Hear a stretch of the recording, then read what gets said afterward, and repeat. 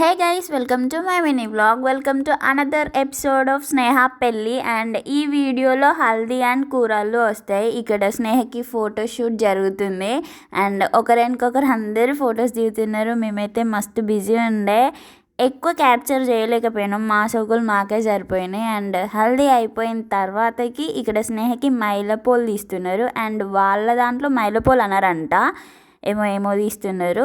అవి తర్వాతనే కూరలు పడతారంట. బట్ మన సైడ్ అంటే వేరే క్యాస్ట్ వాళ్ళైతే నార్మల్గా కూరలు అయిపోయిన తర్వాత మైలపోలు తీస్తారు కదా.